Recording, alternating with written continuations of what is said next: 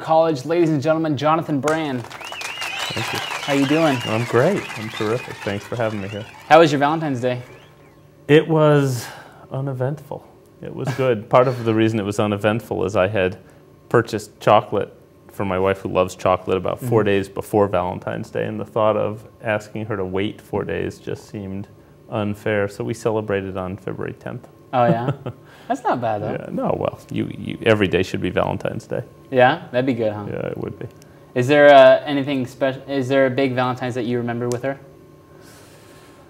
Well, the first year that we were married, I mean, I would assume for lots of newlyweds that first Valentine's Day tends to be a special one. Yeah. So, yeah, that was a good one. Now, you have 2 kids, right? How old are they? 11 and 13. Yeah? And what kind of stuff do they do? Well, Rochelle and I always wanted normal kids, basic kids, and that's what we have. We have 2 kids. They're good kids. There's they like whatever sport is in season when it's in season. If it's basketball season, they love it. If it's football season, they love it. Volleyball season, love it. Good kids. They fight with each other. That's probably right down the middle of normal. But they like music. They're musically inclined, and they like living in a small town. Yeah. That's probably the biggest benefit of living in a small town is you get to make lots of close friendships. Is Doane in their future? I don't know. I'm hoping that they both grow enough. I mean, I will say, and if I just focus on athletics for a second, I would love for our daughter to play volleyball for Coach Meyer. Mm-hmm. I'd love for our son to play football for Coach Franzen or basketball for Coach Brown. Love it. So that's why we feed them a lot and we make sure they sleep a lot because we're just hoping they grow. So yeah, I'd love it if they came here. I will say, I think that they might feel differently. It's probably not the most appealing thought that they would have their father as the president of the school that they attend. So we'll see. I'm hoping. You think there's going to be some bias towards them or something? No, I just think they might be embarrassed to have to hear good and bad about their father in the context of being here. Yeah. So we'll see. They will go to a small school no matter what. That I'm sure of. And if they came here, that'd be terrific. What was college like for you? Well, college, Dustin, was very different for me than for a Doane student because I went to a very large state school. I went to the University of Wisconsin at Madison. I was one of 8,000 first-year students. And so it was, when you go to a school like that, you have to work so much harder to create a community for yourself. And you don't know what you're missing.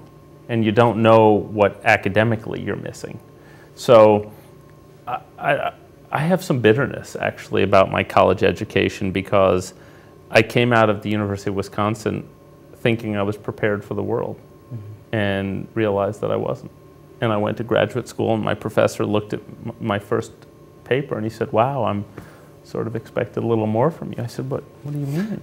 So it took me a number of years to realize to know what I didn't know, and I wish I had. So I love the University of Wisconsin, but I don't think it particularly served me well. And so I understand and appreciate Doane more from the context of what I know it's not, which is what I experienced. Now, were you in the Greek life at University of Wisconsin? I wasn't. But what I did do is I lived in a French house with 30 other people, which was like a fraternity or sorority focused on French. We had to speak French whenever we were in the house. And I lived there for 2 of my 4 years. I studied off campus for 1 year. So I was not in a fraternity or a sorority. Thought about it. My first cousin had gone to Wisconsin, and he had been in a fraternity and wanted me to join it. And I just gravitated towards this French house before anything. So. What kind of activities or sports did you do? Well, at a school like the University of Wisconsin, if you're not a standout, you don't participate in athletics. That's another great distinction between a place like Doane and Wisconsin, which is here, if you want to participate on a team, you can do it.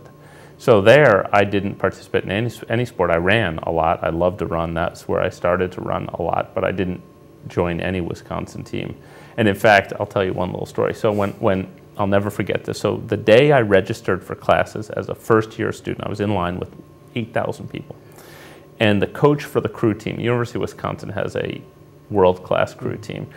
They're walking up and down the line looking for anyone who's 6'4" and 300 pounds and taller and heavier.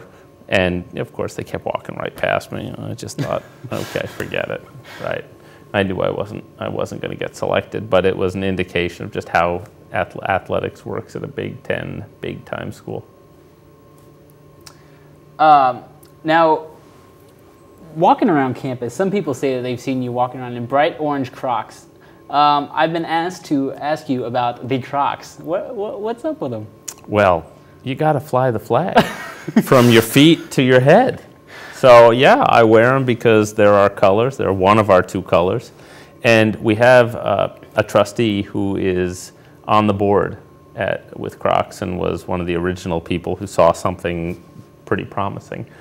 And so I wear them, one, in honor of him, and two, because again, I think wherever you go, you have an opportunity to say something positive about Doane. And so if somebody comes up and says to me, why are you wearing those orange Crocs? I'm going to tell them why. And it's an entree into discussion about Doane. So to me, it's just another way to cheer. So that's a nice little way to plug the school, huh? Absolutely. And I'm hoping that over time, all of us are wearing orange Crocs. In fact, this year for the holidays, for Christmas, every vice president received an orange pair of Crocs. That was my gift to them. I like that idea. Yeah. You should get the bookstore to carry some orange Crocs. Well, we looked into it, and it was an issue of whether we could sell enough, whether we'd have enough volume. But I mean, I'd love it. And again, I just think what you wear is a way to tout an institution. What are some hobbies that you have outside of Doane? Well, I love to run. And if I have 10 free minutes, I'm going to go out and run 10 free minutes, those 10 minutes. So I love to run as much as I can. I love to read newspapers, preferably the New York Times. I get flack from people from time to time because it's reputed to be a very left-leaning, liberal newspaper.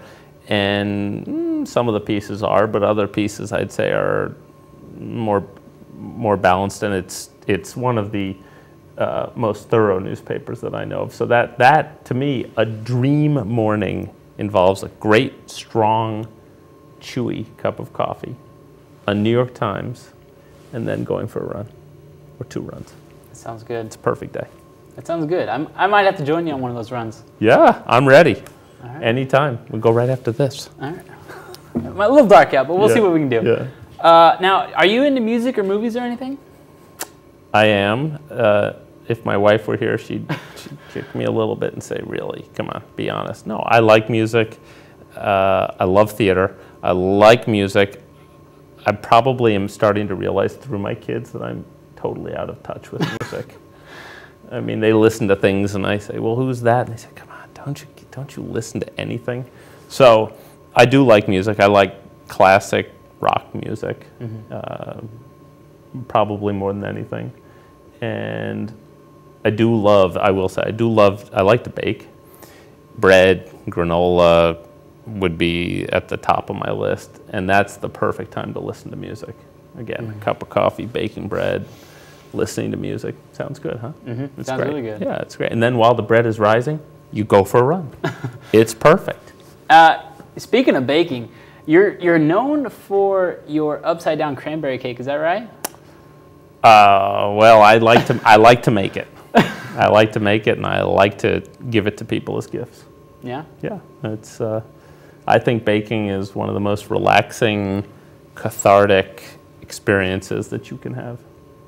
Now, give me one of your favorite bands of all time, or a couple of them. Some of the ones that you just can't get enough of. Well, I love the Counting Crows. I love Tom Petty. I love the Rolling Stones. I love Van Morrison. I know that's really not classic rock, but I love Van Morrison.